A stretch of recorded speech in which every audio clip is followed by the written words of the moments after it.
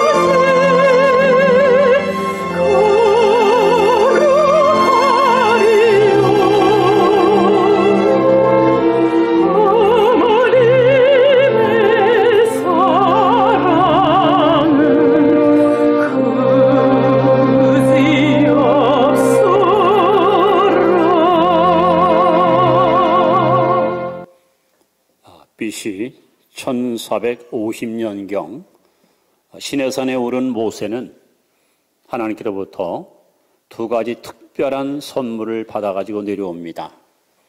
하나는 십계명을 비롯한 율법이고 또 하나는 성막 설계도입니다. 특히 십계명은 오른쪽에는 돌판에 대신계명, 즉 하나님께 지킬 네 가지 계명, 또 왼쪽에는 대인계명, 사람에게 지킬 6가지 계명, 이 돌판을 가지고 모세가 내려옵니다. 이 십계명은 온 인류의 윤리 강령입니다. 이것이 얼마나 귀했으면 하나님이 직접 시내산에 내려오셔서 당신의 손가락으로 돌 위에다가 글을 써서 모세에게 그것을 전해주고 이 십계명을 법궤에다가 잘 안치해서 지성소에다가 잘 보관하라고 그렇게 명하신 것이 바로 십계명입니다.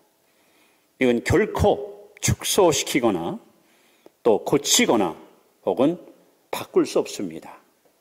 그래서 예수님께서 마태복음 5장 18절에 천지가 없어지기 전에는 율법의 1.1획도 없어지지 아니하고 다 이루리라. 천지는 없어도 하나님 말씀은 영원합니다. 그래서 하나님은 10계명 가운데 하나님을 향한 4가지 계명과 사람을 향한 6가지 계명을 줬는데 그 첫 번째 계명이 바로 네 부모를 공경하라 하는 부모 공경의 계명입니다. 오늘 어버이주를 맞이해서 저는 약속 있는 첫 계명이라 이런 제목을 가지고 함께 은혜를 나누려고 합니다. 우리가 첫째로 기억할 것은 공경의 대상이 누군가 하는 것을 정확히 이해할 필요가 있습니다. 공경의 대상, 우리가 공경해야 될 대상이 누굴까요? 첫 번째, 우리는 신명기 5장 16절을 다시 한번 같이 읽습니다. 시작. 너는 내 하나님 여호와께서 명령한 대로 내 부모를 공경하라. 그리하면 내 하나님 이 여호와가 내게 준 땅에서 내 생명이 길고 복을 누리리라. 여러분, 내 부모를 공경하라 이렇게 말씀했습니다. 근데 보통 우리는 부모하면 나를 낳으신 분만 생각하지만 성경에서 말하는 부모의 의미는 조금 더 넓은 의미를 갖고 있습니다. 첫째는 이제 선조, 우리 조상들을 부모라고 우리는 성경에서 말합니다. 사도행전 7장 2절에 보시면 스데반이 설교할 때 부용들여 들으시오. 우리 조상 아브라함이 메소포타미아를 떠날 때 우리 조상 아브라함, 이 조상이라는 단어가 우리 부모 아브라함 이렇게 써 있습니다. 그러므로 나를 낳으신 분만이 아닌 우리 할아버지, 할머니, 정조 할아버지 해서 우리 손조들, 이들이 바로 우리의 부모입니다. 또 두 번째로다간 위에 있는 자 혹은 권위자. 그래서 여러분, 옛날 임금님, 나라를 통치하는 임금님을 혹은 대통령을 국부, 또 대통령 부인을 국모 이렇게 표현했습니다. 또 연세가 많으신 어르신들도 역시 부모로, 또 교회에서는 여러분 영적으로 지도하는 영적 지도자를 소위 신부, 신의 아버지라고 그렇게 부르죠. 영적인 아버지. 학교에서 여러분의 장래를 아름답게 이끌어가는 교사, 선생님들, 스승, 역시 그들도 부모입니다. 그리고 성경에서 말하는 진정한 부모는 나를 낳으시고 나를 양육하신 혈연 관계를 맺고 있는 그분이 바로 여러분의 부모님입니다. 이렇게 부모라는 것이 상당히 포괄적이에요. 조상도 부모고 또 이렇게 위에 있는 사람, 다스리는 사람, 아까 말씀한 대로 뭐 대통령 또는 나이 드신 어르신들 혹은 목회자 혹은 교사, 이분들이 다 부모입니다. 그래서 여러분, 통치자는 백성이 잘 되기를 항상 원하겠죠. 또 어르신들은 아이들이 잘 되기를 항상 소망하겠죠. 더 나아가서 우리 목회자들은 성도들이 잘 되기를 누구보다도 원하고 기도하고 있습니다. 또 교사들은 제자들이 잘 되기를 다 소망하고 있습니다. 그리고 부모들은 자식이 이 땅에 사는 동안 잘 되고 행복하기를 다 소망하고 있습니다. 이렇게 여러분, 우리가 공경할 대상, 내 부모를 공경할 때의 부모는 나를 낳으신 부모고 당연히 들어가지만 이게 포괄적으로 이렇게 높은 사람 또는 영적 스승, 이 모두를 총괄해서 부모라 이렇게 표현합니다. 자, 그렇다면 이제 두 번째 우리는 공경할 이유에 대해서 우리가 말씀을 이 시간 들어야 됩니다. 왜 우리는 공경할 건가? 이 골로새서 3장 20절 말씀을 함께 읽습니다. 시작. 자녀들아, 모든 일에 부모에게 순종하라. 이는 주 안에서 기쁘게 하는 것이니라. 공경할 이유. 오늘 우리가 읽은 에베소 6장에 보시면 자녀들아, 주 안에서 너희 부모에게 순종하라. 그 다음에 내 아버지와 어머니를 공경하라. 이 두 단어가 나옵니다. 하나는 순종, 하나는 공경. 뭐가 다를까요? 순종이라는 이 단어는 정신적인 의미를 갖고 있어요. 정신적인 의미. 얘가는 부모님 마음을 편하게 해드리고 말도 따뜻하게 대화해드리고 뭔가 안심하고 편안하게 여생을 살 수 있도록 돌보시는 이런 의미를 갖고 있고요. 공경이라는 말은 물질적인 것, 실제적인 것, 부모에게 필요한 것, 뭐 용돈도 드리고 또 생활비도 드리고 여생을 사는 동안 어려움 없이 하루하루 보람있게 살아가도록 돌봐드리는, 그래서 순종과 공경이라는 이 두 단어를 가지고 우리는 부모 공경을 하나님은 말씀하고 있습니다. 이 공경이라는 그 뜻, 키베드라는 히브리어에 보면은요, 이스라엘 사람들은 이 공경이라는 말을 이렇게 이해하고 있습니다. 몸 안에 있는 간장. 여러분, 사람 몸에 있는 내장 중에서 제일 무거운 것이 간장이에요. 우리가 부모 공경할 때 마치 간장처럼 부모를 공경하라는 거예요. 그러니까 무게 있게, 중심을 가지고 가볍게 부모를 취급하거나 경망스럽게 부모를 대하지 말고 아주 무겁게, 무게 있게 부모님을 공경하라. 그래서 소위 키베드라는 단어가 공경이라는 뜻을 갖고 있습니다. 보다도 구체적으로 정확한 뜻은 경외하라 이런 말입니다. 공경하고 사랑하라. 또 겸손한 태도로 섬겨라. 여러분, 부모님을 공경할 때 이 자세, 겸손해야 돼요. 좀 배웠다고, 부모님이 좀 무지하다고, 늙었다고 무시하거나 깔보거나 업수 여기면은 이건 절대로 안 됩니다. 뿐만 아니라 순종하라. 아까 얘기했죠? 정신적으로다가 안심을 드리고 평안함을 주고, 그리고 존경심을 가져라. 이것이 바로 공경이라는 뜻입니다. 그러면서 오늘 본문에 보시면 우리가 부모님을 공경할 분명한 이유를 세 가지를 오늘 본문에 소개합니다. 자, 첫째는 6장 1절에 자녀들아, 주 안에서 너희 부모에게 순종하라. 여기서 중요한 단어가 주 안에서 순종하라. 즉 그리스도 안에서, 다시 말하면 예수 믿는 사람일수록, 구원받은 사람일수록, 교회 다니는 사람일수록 안 믿는 사람보다 훨씬 더 순종하고 공경하는 것이 옳다는 거죠. 그러니까 안 믿는 사람보다는 예수 믿는 사람이 훨씬 더 부모 공경을 잘하는 것이 하나님이 원하시는 공경의 태도고 모습입니다. 여러분, 살아계신 부모님 앞에 믿지 않는 자보다 훨씬 더 많이, 그리고 포괄적으로 공경하고 순종하고 잘 섬길 수 있기를 바랍니다. 그러면서 하는 말씀이 이것이 옳으니라 그랬어요. 당연하다. 부모 공경하는 것은 이건 당연한 것이고, 이거는 필연적인 것이고, 이거는 누구도 무시할 수 없는 완벽한 하나님의 뜻임을 강조하고 있습니다.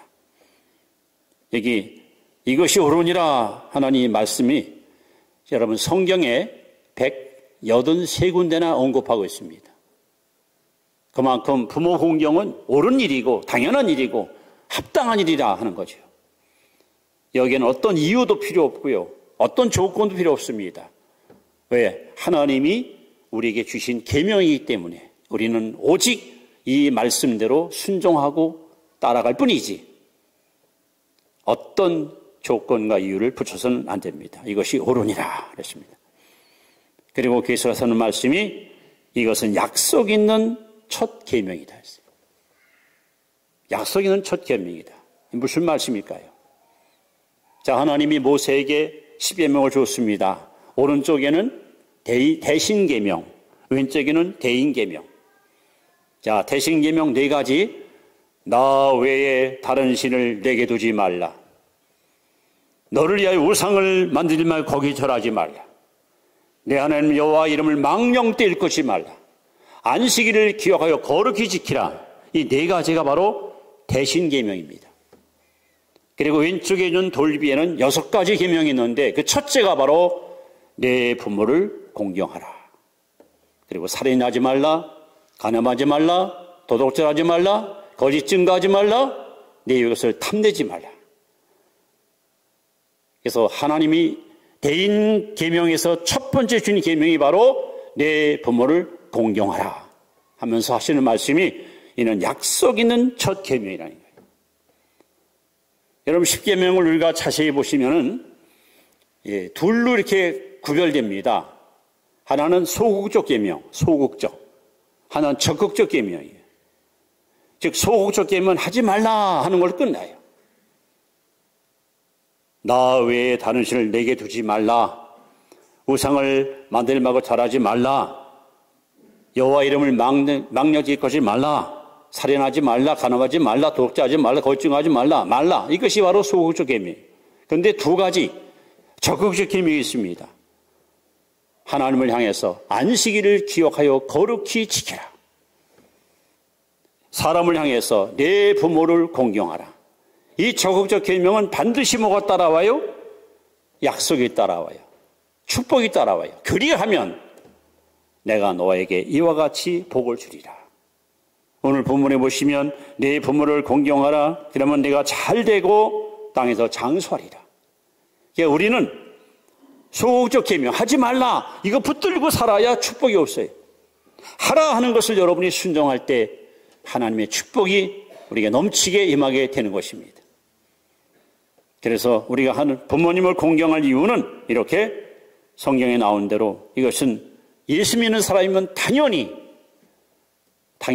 공경하는 것이 맞고 뿐만 아니라 이것은 옳은 일이고 당연한 것이고 동시에 약속 있는 첫 계명이기 때문에 우리는 부모 공경을 반드시 실천해야 이 땅에 사는 동안 여러분은 축복의 주인공으로 살아갈 수가 있는 것입니다. 자, 이제 세 번째로 이 공경의 결과, 우리가 부모를 공경할 때 어떤 결과가 따라올까요? 어떤 열매가 맺을까요? 자, 에베소 우리가 읽은 6장 3절 같이 한번 보시기 바랍니다. 자, 시작. 이로써 내가 잘되고 땅에서 장수하리라. 자, 2가지를 말했어요. 내가 잘되고 형통하고 땅에서 장수하리라. 이 말씀 우리가 잘못 이해하면은 부모 공경 잘하면 오래 산다, 장수한다. 그렇게 여러분 넘어짚고 이해하면 안 됩니다. 자, 먼저 잘 되는 것이 뭡니까? 왜 부모 공경 잘하면 잘 될까요? 사람이 이 땅에 태어나서 제일 먼저 만나는 대상이 부모입니다. 이 부모와의 관계가 태어나서 잘 맺어지고 좋은 관계를 맺게 되면 이 아이의 일생은 정말 행복한, 정말 복된 인생을 살아갈 수 있어요. 그런데 태어났는데 부모가 별로 반가워하질 않아요. 필요 없는 존재야. 귀찮은 존재야. 그래서 남에게 맡겨, 야, 네가 좀 키워라. 이런 아이는요, 평생 상처를 가슴에 안고 불행한 늪 속에서 헤어나올 수가 없습니다. 그래서 부모 공경이 왜 중요하냐면 태어나서 처음 만나는, 인격적으로 처음 내가 경험하는 대상이 부모거든요. 부모와 올바른 관계를 어떻게 맺냐에 따라서 이 사람의 일생이 불행 아니면 행복으로 여러분 판가름 나기 때문에 많은 사람들이 힘들고 또 비틀거리고 흔들리고 요동치는 걸 보면 상처가 있어요. 부모에게 받은 상처, 무시당하거나 사랑받지 못했거나 자식으로서 대우받지 못한 이 상처 있는 사람들은 어디 가든지 이 상처가 아물지 않았어요. 이런 사람이 나중에 결혼하면요, 또 자녀들에게 상처를 또 대물해 줍니다. 그래서 왜 부모교육이 중요하냐면 여러분 잘되는 복, 즉 부모님과의 관계가 잘 돼야 여러분의 일생이 행복한 꽃이 아름답게 피어나기 때문에, 그래서 우리는 부모 공경이 이렇게 중요한 것입니다.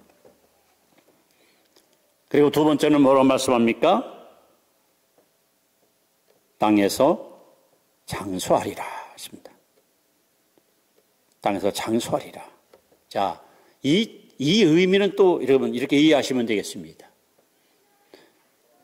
예레미야 35장에 보시면 선지자 예레미야가 하나님의 명령을 받아가지고 레갑 족속들을 방으로 다 불러 모았습니다. 레갑 족속들이 예레미야의 부름받고 방에 들어갔더니 이게 웬일입니까? 음식을 잘 틀어놓고 맛있는 포도주, 술을 이만큼 갖다 놓고 선수 선지자가 그 위대한 하나님의 종이 레갑 족속들한테 술을 따라주면서 자, 내 잔을 받으시오. 그대도 받으시오. 내가 특별히 그대들을 사랑해서 주는 선물이니만큼 거절하지 말고 받으시오. 했더니 레갑 족속들이 한마디로 사양합니다. 안 됩니다, 선지자님. 못 받습니다. 내가 주는 건데? 하나님이 종이 주는 건데 왜 안 받습니까? 어서 받으십시오. 못 받습니다. 우리는 절대 못 받습니다. 아니, 사람의 성의를 무시해도 되는 겁니까? 내가 손수 이렇게 초청해서 음식을 차려놓고 제일 맛난 비싼 포도주를 여러 앞에 이렇게 제공해 주면은 고맙습니다 하고 받아 먹으면 됐지. 왜 거절합니까? 했더니 선지자님, 우리 옛 조상인 요나답이 이렇게 후손들한테 당부하고 세상을 떠났습니다. 내 자녀들아, 그리고 앞으로 너희들이 태어날 너희 후대들까지도 절대로 평생에 입에 술을 대지 마라. 그 땅도 소유하지 말라. 집도 짓지 마라.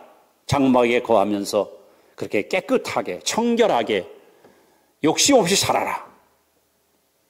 그래서 그 후손들은 조상이 남겨준 그 유언을 받아서 절대 입에 술을 대지 않고 신앙의 시주를 지켰어요.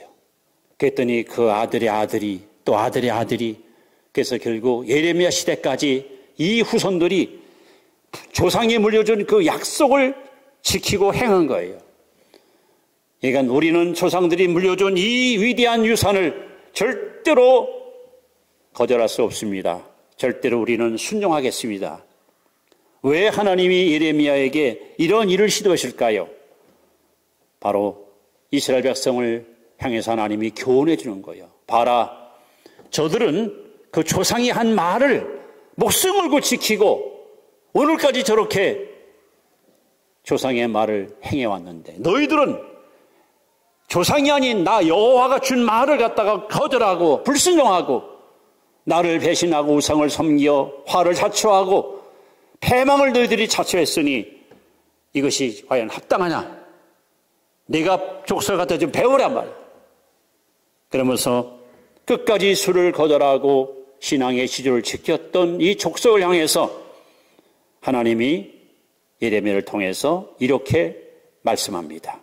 예레미야 35장 18절, 예레미야가 네갑 사람의 가문에게 이르되 만군의 여호와 이스라엘 하나님께서 이와 같이 말씀하시기를 너희가 너희 선조 요나답의 명령을 순종하여 그의 모든 규율을 지키며 그가 너희에게 명령한 것을 행하였도다. 그러므로 만군의 여호와 이스라엘 하나님 여호와께서 이와 같이 말씀하시니라. 네갑의 아들 요나답에게서 내 앞에 설 사람이 영원히 끊어지지 아니하리라. 자손이 끊어지지 않는 거야. 하나님 앞에서 하나님을 섬길 수 있는 믿음의 사람들이 중단되지 않고 소멸되지 않고 그것이 계속 이어지는, 이것이 바로 장수하는 거예요. 그냥 나만 오래 살고 끝나는 것이 아니고 우리 가문이 끊기지 않고 번성하고 계속해서 퍼져나가는 복. 이 복이 바로 부모 공경할 때 찾아오는 하나님의 첫 약속의 계명의 복입니다. 오늘 여러분 주변에 대가 끊긴 집안이 있잖아요. 아버지 때만 해도 잘 나갔는데 손자 대에 와가지고 끊겨가지고 초라하게 몰락하는 집안이 있잖아요. 이건 축복이 아니에요. 오늘 여러분들이 말씀대로 첫 계명을 지키고 순종해서 하나님을 잘 섬기고 부모 공경하면 여러분의 아들, 여러분의 손자, 여러분의 증손자, 여러분의 증손자, 대대손손 여러분 가문이 끊기지 않고 그 대가 하나님 앞에 인정받고 축복받고 쓰임받는 그야말로 축복의 통로가 되는 거예요. 이것이 오늘 성경에서 주시는 내가 땅에서 잘되고 장수하리라 하는 하나님의 축복의 여러분 약속입니다. 오늘 여러분 가문에 이 복이 임하기를 축원합니다. 자, 이제 모세가 직접 받았던 십계명 대인관계에서의 첫 번째 계명 출애굽기 20장 12절 결론적으로 이 말씀을 다시 한번 여러분 앞에 소개합니다. 자, 한번 출애굽기 20장 12절 결론의 메시지입니다. 자, 한번 찾아서 같이 읽습니다. 출애굽기 20장 12절입니다.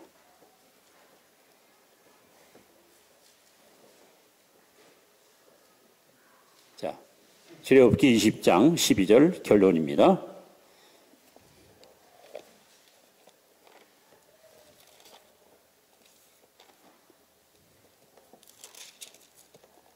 자, 한 목소리를 읽습니다. 시작. 내 부모를 공경하라. 그리하면 내 하나님 여호와가 내게 준 땅에서 내 생명이 길리라. 이게 하나님께 직접 받은, 하나님이 직접 새겨서 준 바로 약속 있는 첫 계명입니다. 여러분, 부모는 하나님의 대리입니다. 대리. 여러분 그 사극에 보시면 뭐 명나라 청나라 사신들이 조선에 오잖아요. 오면은 이제 모하관인가 거기 별관에 머물러 있으면서 청나라 황제를 대신해서 와서 국정을 갖다가 여러분 도모하는 거예요. 그러면은 왕도 이 사람 함부로 못 답니다. 사신으로 왔기 때문에 마치 황제를 대하듯이 정중하게 예를 갖추고 잘 영접해야 됩니다. 소홀히 다루거나 경망스럽게 대했다가는요 국가적으로 큰 망신을 당하거나 외교적으로 큰 문제가 될 수 있습니다. 마찬가지로 부모는 하나님이 이 땅에 보내신 하나님의 대리인이에요. 자녀를 양육하고 자녀를 가르칠 수 있는 권한을 부모에게 준 거예요.